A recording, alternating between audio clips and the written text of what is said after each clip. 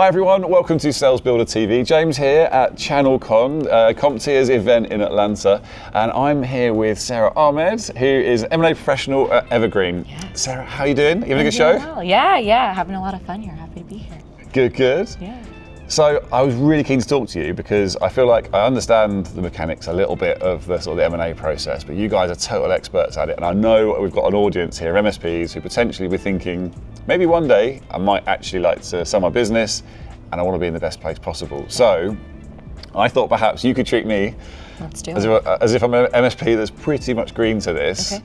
and we can talk about, okay, so I'm thinking down the road I might do this. What are the things that can, first of all, make sure that I get the most in terms of the best valuation for my company? Are there a few key things to think about? Yeah, definitely a few key things to think about. And I think coming from a position of this might be interesting down the road, let's learn is probably the best state to be in. I think a couple of things that you want to do when you think about elevating your valuation. First is making sure that your business is highly recurring. This can come from a variety of different areas within your business and a variety of different revenue lines. I think the most attractive revenue lines to an investor or to a buyer is the managed service revenue Why lines. is that?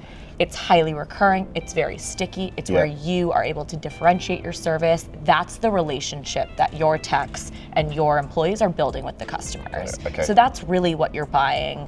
That's separate from a VAR adding services to reselling solutions.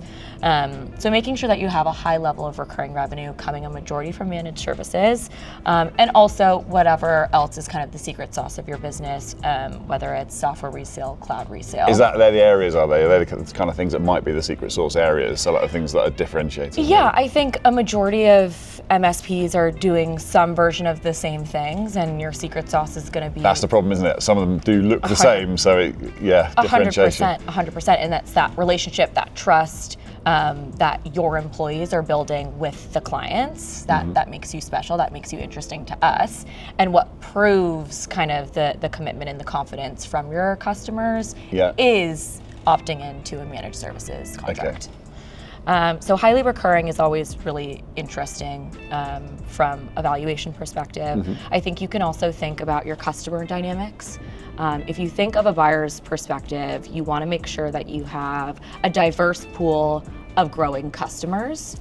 We see a lot of MSPs who started 20 years ago with a great client. They've grown with that client over time, and 20 years later that client makes up 20, 30, 50% of their revenue. Okay.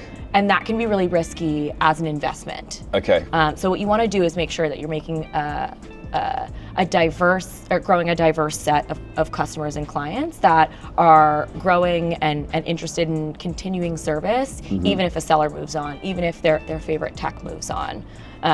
So I think that's pretty important, your customer dynamics. Is that across, does it matter in terms of whether you sort of niche down, or is there anything that influences it in that regard, or is it just make sure you don't have like total reliance on a whale kind of thing? Exactly, it's that total reliance on a whale. I think we're seeing more MSPs that are less diversified, right? They're interested in serving a variety of different industries, manufacturing, construction, retail, healthcare.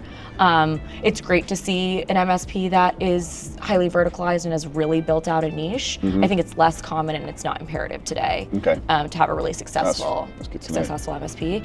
And then I think the last area that's really the biggest topic of conversation today is operational maturity.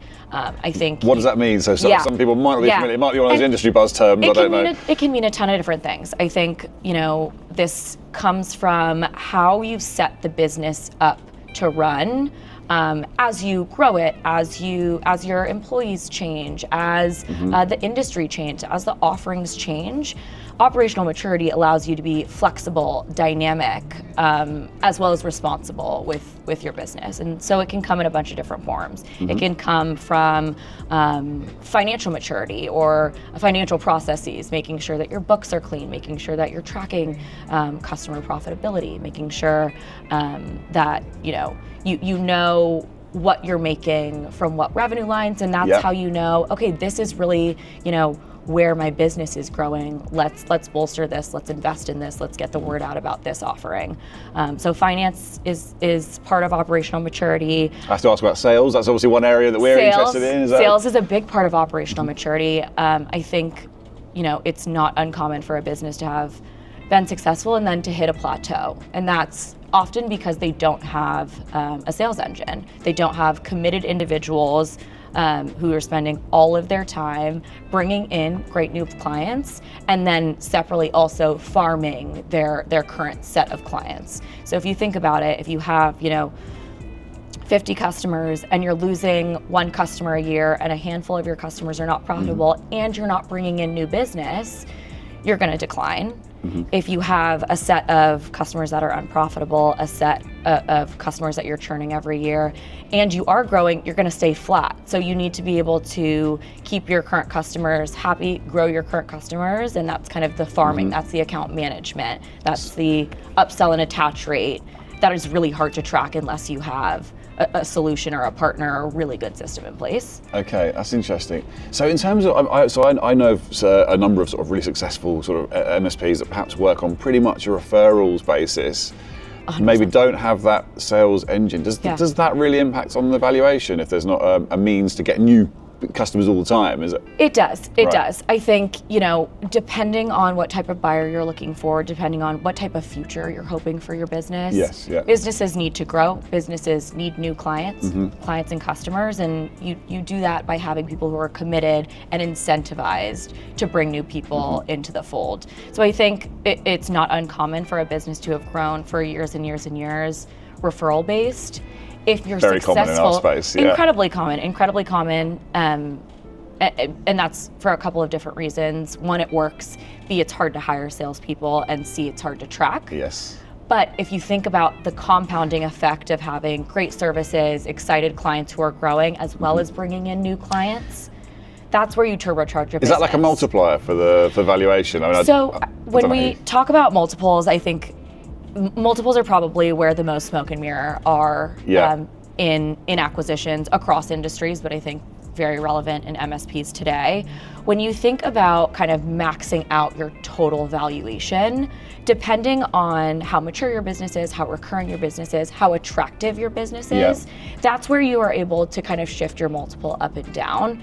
There isn't a huge variance. You're not going to see somebody who has a highly recurring business, has a great sales team, low founder centricity and low customer concentration. Okay. You're not going to see two of those businesses, one trade for 5 times and one trade for 12 times. They're going to be similar in terms of valuation. Where you do see variance is the size of the business, right? So what is kind of the pool and size of business that you're applying that multiplier on. So as you grow, that total valuation gets bigger. The size, so as typically turnover revenue we're talking about there? Yeah, it's usually bottom line, EBITDA. And so as your cash flow improves, your valuation gets larger.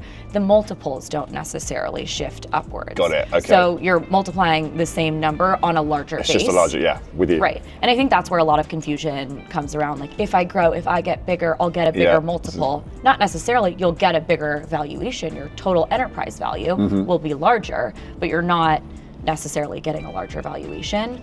Where you do see kind of differences in valuation is where you need to be thinking about what's the structure of a deal. So for example, we do very cash heavy deals, which means when we decide, come into Evergreen, we're really excited to partner together, and we close the deal, you'll be getting a large portion of that total enterprise value upfront in cash. Okay. If you're seeing larger valuations, it's usually a good kind of instinct to double click on what am I getting in cash? What's being put into rollover? What's put it. Explain rollover to me. So it's just a deferred rollover or equity. Yeah. Okay. So that rollover or equity is usually used to incentivize growth thereafter a sale. Okay, to make sure you don't just cut and run sort of thing. Yeah. It's usually performance based. Okay. And it's not always 100%. So you really need to understand the plan that your acquirer is going to use to grow the business, how much control you have over that plan, and build comfort around that chunk of the deal. Does it tend to be, so if you're perhaps going to work with a new partner, does it tend to just be like an extrapolation of the growth they're doing already? Or is it like, okay, now we're going to do this acquisition, we think you're going to need to sort of, is it common that you would sort of look to increase growth over the period that the owner's exiting? Certainly. So Evergreen is specifically focused on organically growing our acquisition. So it's not kind of a set it and forget it. Is that on the owner though, I guess is what I'm getting at? Because I guess I'm sure you're definitely going to grow it. No, but it's not necessarily. So we have a lot of flexibility around whether an owner stays or goes. If they're fired up and interested and committed to continuing to grow with our partnership, we're more than happy to have them continue on. If they want to hit the beach, that's great. Yeah. If they'd like to take on a different role, maybe they are a tech guy and they'd like to move back into service delivery and don't want to be HR, finance, and sales at the same time, great as well. We'll place resources. Just take some weight off your shoulders and 100%. reduce the commitment. We'll place talent. But what we do and the way that we're able to grow our acquisitions organically is by really specializing in operating MSPs. So we have an entire team called Lyra, and their job is to act as internal consultants across each of our businesses, helping them with sales and marketing, helping them with talent and recruiting, helping them negotiate with vendors for better margins. And so it's through kind of across every department that we have an opt-in model where you can say, I think there's more growth potential here. I think there's untapped potential here. Okay. This is where we're weak. And kind of tap into a larger network of operational expertise and resources. That's fantastic. That sounds like there's probably an awful lot to that. Is that something that people can learn about prior to any kind of involvement with an acquisition? Yeah, like absolutely. Some of those sort of like suggested guidance around those different areas? Absolutely. We do a lot of work around pricing plans. We do a lot of work around compensation structures. How do you motivate the correct actions for your employees? We do a lot of work, around vendor negotiations. We do a lot of work around what type of contracts, sit the best with clients and allow you to derive value from the services that you're contributing. So this is a team of 60 MSP operators. All they do is figure out, okay, for company A, how do we grow this 15% this year? Like what is going to be interesting? That's a fascinating area, like, to be able to reliably do that. I mean, that'd be an in-demand service in our space for sure. Yeah, absolutely. And it's obviously free and readily available to our 75 MSPs, and every single business that we bring in, we kind of tailor a plan around, and it's highly collaborative. So whether the seller has stayed on, we've placed a new CEO or leader, the entire team on the ground is the one driving forward the strategy. They're creating the strategy. They're deciding we'd like to work on sales and marketing today, or we'd like to work on pricing plans, this quarter or this year. Wherever you feel the most gains are, basically, based on that particular company. And it's the people on the ground who know their customers, who know where their bright spots are, who know where their development areas are, that are driving kind of the topics. And then you can go then talk to a very large team who's done it before, and is happy to kind of give you a 2 cents in the steps of how to. I guess that's a huge part of it, isn't it? Is the team. And on that note, let's pivot slightly then. So if I'm Mr. MSP and I'm thinking, or Mrs. MSP, and I'm thinking, okay, well perhaps I'd like to move forward. It sounds good. Yeah. But my team, I'm so attached to my team. Yeah. They've been with me for 20 years. They've done nothing but give me loyal service. Yeah. I'm concerned about how their future's going to pan out. How do you go about addressing that? Is that a common issue? Or? Yeah, I think it's incredibly common. We were just talking earlier. You're never ready for your kids to move out of the house. That's right. I don't know about that actually. That's probably true. But once you get to the school and you drop them off, then it's a huge decision. Not only because it's a huge personal change, but also because there are a lot of people depending on you for their employment, for their kids. It's a weight of responsibility, isn't there? A huge weight of responsibility. Must be huge. I can't speak to every buyer, and there are a lot of buyers, and there are a ton of different models. Evergreen's model specifically, and how we think about what we're acquiring in an MSP is the trust, is the relationship, it's the people. And so it's imperative that once Evergreen acquires a business, we're keeping the people on. That means... Is that most common? Is that the most common scenario? With Evergreen, that's 100% scenario. Okay, interesting. Every single time, for every single business that we've acquired, we keep it under its founder's original brand. We keep the entire team. And then we continue to invest in the team. So if you, as a seller, have a great number two that you'd like to see take over the business, we're more than happy to work with you and work with that individual. to fire them up. We're more than happy to continue training any of your techs. We're more than happy to really invest in the team that is then our team. Like then you're a part of the Evergreen team. Is that a big differentiator in this? So with your competitors, it is. Is that a standard approach, or is this? It's pretty uncommon. More often than not, you're being merged into a larger business. Somebody's buying your book of business, your clients. My experience of seeing these and things maybe happen. taking kind of your like most senior engineer, or a handful of them. Got it. And that's a different model, and depending on kind of what your top wants and needs are from an exit opportunity, that might work quite well for you. But we're really speaking to and catering to business owners who are great employers who are going to go into a grocery store and see people not only that they're serving but also that they work with, and want to make sure that they're continuing to move with integrity after they've maybe stepped away from the business. So we always keep the team in place. It's very imperative not only for them to stay for a year but for years and years and years to come, and they're only going to do that if they have faith in us, if we're continuing to build upon their company's culture and the founder's legacy. So that's pretty imperative to our model, and it's a big reason that our businesses are growing organically. That sounds good. So in terms of the founders, what's most typical? I'm interested to know, do most people tend to exit as soon as possible, or is there actually a desire to carry on from your experience of your 75? Pretty variable. I want to say somewhere around half and half, right? And that's a really personal decision. Yeah, of course it is. I'm kind of just curious. We can work with somebody who's on the fence and explain what life like after kind of looks and feels like. But again, if somebody is interested in just de-risking, taking chips off the table, getting paid for maybe the years and years of effort, but wants to continue to be employed and support their continued legacy, more than happy to keep them on. They'd like to move on, that's totally fine as well. Just as you say, it's a personal thing. Yeah, totally. Listen, it's been really interesting to talk to you. I feel like I've got a better understanding of what goes on now.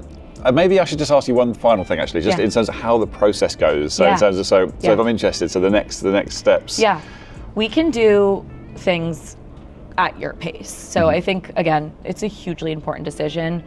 We know how to do this quite quickly and easily, but we understand that these things take time. They take numbers of conversations with your family, with your employees, with your advisors. So are there any blockers that come up? Are there any times when you think there's certain things that can happen along the way that really derail? Just like every MSP owner is unique, every process is unique. Okay. So I don't think there's one particular kind of hurdle or challenge that we see again and again and again. It's just working and being flexible and being human throughout the process. Again, this is a big decision. But it usually looks something like this. So we'll have an initial conversation where you tell me about your business, about your goals, about your team. And I tell you what Evergreen can and can't do. And you decide whether that's interesting to you. If you're really excited to move forward with Evergreen. Just a coffee, basically, the first time round, and just an exploratory thing. It's just a chat, and 9 times out of 10, it leads to a great. We'll talk in 6 months. We'll talk in 2 years. See you at the next conference. But if you're ready to move forward, it's an NDA. It's a simple set of financials. It's me digging around in those financials, and then coming back to you with kind of a ballpark valuation. Is this interesting from a financial perspective? And if it is, then we'll talk through the nuts and bolts of like, do you want to stay on? Is there anybody in your team that we should be like bringing into the fold, into the conversation? What areas of your business are you excited to grow that we should look into and kind of develop plans for? And then our diligence process is also really speedy, and again, happy to work on a seller's timeline and with our advisor's timeline, but it's usually 60 days of diligence. We keep it pretty tight. I think at the end of the day, we know what's important to focus on. We don't need to be nitpicky about a bunch of different ancillary terms and or processes. And also at the end of the day, we're going to keep a lot of things in place. So we don't have to break and then try to fix a lot of what the business is doing. It's more understanding for you guys, isn't it? Understanding exactly what the drivers are and where the strengths and weaknesses. It's a huge learning. We're really trying to understand what does it feel like to operate this business and what will take it to the next level. Amazing. Cool. Thank you so much. I think we've covered it really well in our 20 minutes or so. So thank you for letting me just randomly drag you across and talk to us about this stuff. Listen, what's on the roadmap for Evergreen coming up? We are probably at every conference, so Right, okay. look for somebody in one of these shirts, and we are always happy to chat. I think we think of every conversation we have as an educational opportunity to demystify what an acquisition can look like. Do you have any resources on that kind of thing? Is there anything We have a ton on our website. Right, okay. We have a YouTube channel that really kind of spells out what it feels like to go through this process. We have a lot of seller referrals. So people who've been through the process, who have spoken to Evergreen as well as massively helpful in this space, others. for sure. Yeah, 100%. And so I think, it's never too early to inform yourself, have a conversation about this, because when the time comes, then you'll be entering the process from a position of power, from a position of knowledge, rather than, fear.